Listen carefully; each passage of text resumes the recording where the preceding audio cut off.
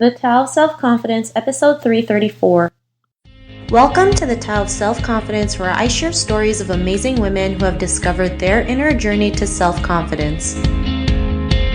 Visit our website at thetaoofselfconfidence.com. Your inner journey to self-confidence awaits. Well, hello friend. Welcome to the Tao of Self-Confidence, where I share stories of amazing women who have discovered their inner journey to self-confidence.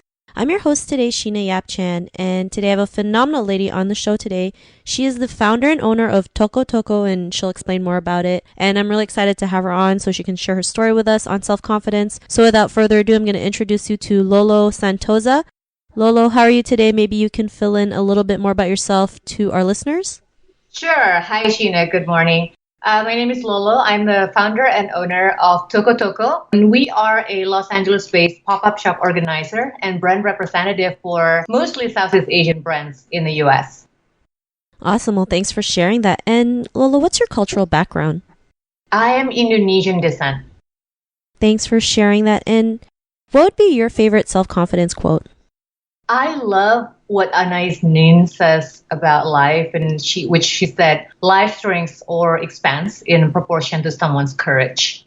I think that's a great quote. I think that's actually the first time I've heard it because, courage is something that I think a lot of women, especially Asian women, lack because we've been so programmed to just do as we're told. So it's like if we do something outside of like that route that we've been told, it's like it's so scary. And when we have that courage to go out there and do something that we love versus something that we're told to do, I mean, that's what courage is, right? Doing it even though we're scared to death, even though if our palms are sweaty, if we're stuttering, if our heart is pumping, if we have butterflies in our stomach. I mean, that all comes with the territory. It just means like you're doing something that's different, and that could be something really great, right?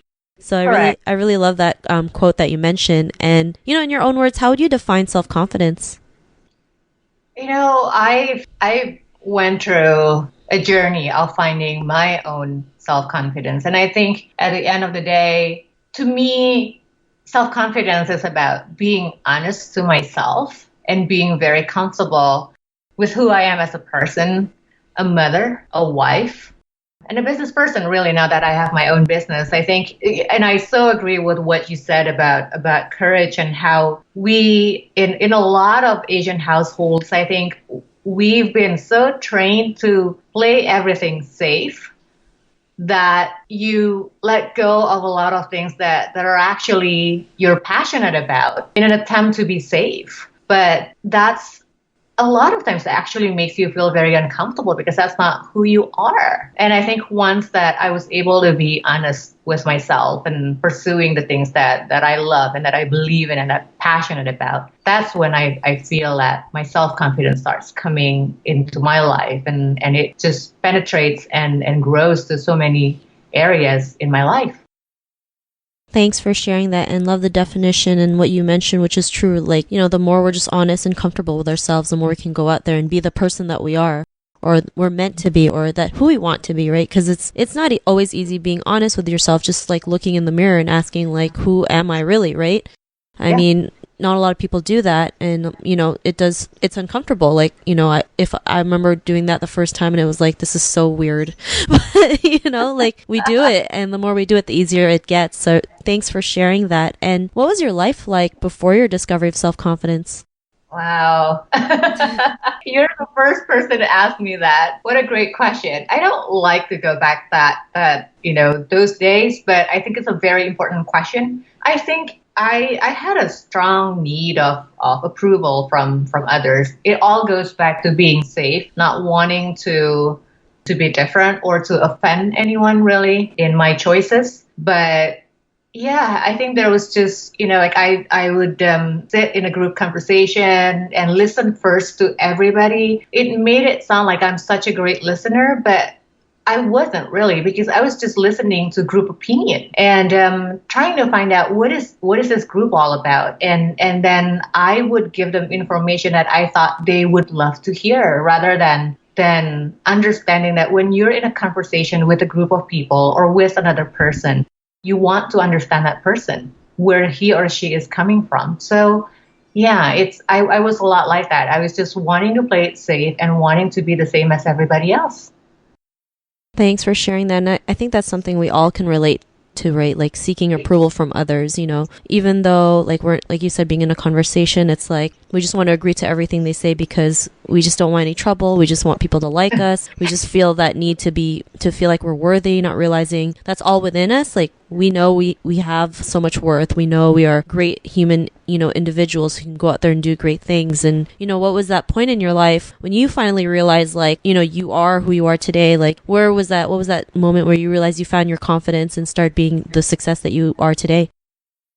I think it started really maybe about 7 or 6 years ago, but it really kicked in strongly about 2 years ago. My daughter was bullied by some friends, and she was bullied by boys, wasn't even by girls.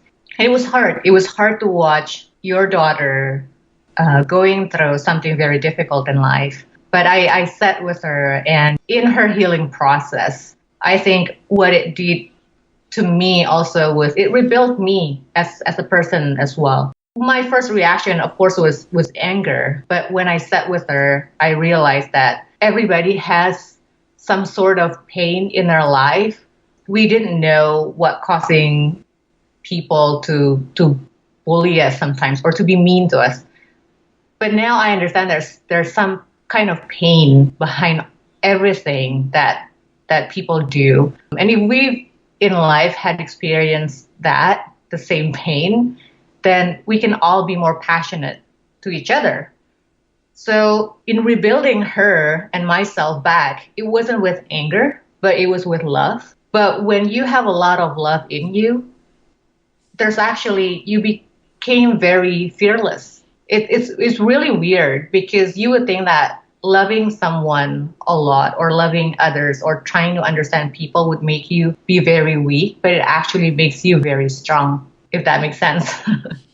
No, it totally makes sense. I mean, when we learn to operate everything out of love, it just makes things a lot lighter. So you have that, like, this feeling like you can do anything because no matter what happens, there's someone out there or there's yourself. You love yourself enough to go out there and do it regardless of what the outcome is. And, I think that's something that's lacking, right? A lot of people act on fear versus on love. They act on hate versus on love. Like your kids being bullied, the people bullying your daughter is also going through pain. We don't know what their story is either. And I'm not saying that what they did was right, but if we can understand it, maybe we can find a better solution out of it, right? And it's great that you were able to rebuild your daughter and yourself at the same time. Because I know, like, hearing things like your daughter getting bullied, you just want to go up and probably punch the kids who did it, right? Oh, yeah. You're just like, where are they? I'm going to get them. So I mean, there's that too as a mother, right? And I'm sure it's not always easy. It's like, what do you do sometimes? So I'm glad you're able to share that experience with us. And because of that, what's your life been like now? I just have a very different perspective of life. I see that, our time here could be very short. It could also be very long. But I think these days what my daughter and I try to do is make more meaningful contributions to our environment, to our communities. There's so much imperfections in this life. And if we can just make someone's day or our environment a little bit better, we say one kindness at a time, I think that would make our time here so much more meaningful than anything else, Sheena, really. Thanks for sharing that. And I love how you mentioned, like, we're not perfect. We're going to have all these imperfections. And I think people forget that's what makes life beautiful. These imperfections, like we just live in a world sometimes where we have to be the most perfect being in the world, especially when you see covers on the magazine with like the perfect body or the perfect definition of beauty. It's like, we get stressed over that, not realizing like that's just someone's perception. It doesn't have to be yours. And, half the people don't even know those are, altered to a point where it's like, it's a totally different person. So, it's true, right? It's just nobody talks about it. So I'm really glad that, you were able to mention like, we're just all imperfect and there's nothing wrong about it. If anything, it's great. And so thanks for sharing that. And to the woman who's listening to your episode, she may be in her own journey of self-confidence. What would be that one tip you would give to her? I think be very careful with your perspectives. A lot of time, our mind plays a very powerful trick on us. Our minds want to tell us that we cannot. And I think that's human nature, especially if we're trained in a household to be safe all the time. Then there's a lot of wants to just stay safe. But you just have to find it in you and just believe first that you can. I find that I have to tell my mind, I have to tell my perspective that I can. I have to go and just do it, because otherwise no one would do it. And then just go. Start telling your mind to listen to you instead of you listening to your mind telling you that there's this road of fear and failure. Tell your mind that there's this road. It's probably not going to be easy, but at the end, it will be very beautiful and it will be worth it. Thanks for sharing that. And that's a great that's a great tip. I always believe our mind is so powerful. Like it's amazing what we can do, right? Especially when we learn to believe in ourselves. I mean, just that first step is a big step, and everything else will fall into place. Just learning to tell yourself like you can do it. Don't worry about it. We still love you even if you fall down. You can get back up and keep going. I mean, that's more than we can ever asked for, right? So I really love that tip that you mentioned. And Lolo, if our listeners wanted to get to know a little bit more about you and what you do, or check out some of the things you've done, is there any links or social media profiles we can connect with? Yeah, our website is up tokotoko.us, and we are also on Instagram, also as tokotoko.us. My personal Instagram is Lolo Santosa for Instagram. Awesome. Well, thanks for sharing that. And to our listeners, if you want to connect with Lolo, you can also head on over to the taoofselfconfidence.com and search for Lolo's name. Her show notes will pop up along with everything else we talked about. And I just want to thank Lolo for taking the time to share her story with us on self-confidence. So thank you so much. Thank you, Sheena. Thank you for your time as well. Not a problem. It was an honor having you on the show. And to our listeners, be on the lookout for another new episode of another amazing woman's journey to self-confidence. And we'll talk to you soon. Bye for now. Thank you for tuning in to another amazing episode of the Tao of Self-Confidence. Sign up for our free membership site to get more amazing resources for self-confidence by visiting our website at thetaoofselfconfidence.com. Your inner journey to self-confidence awaits.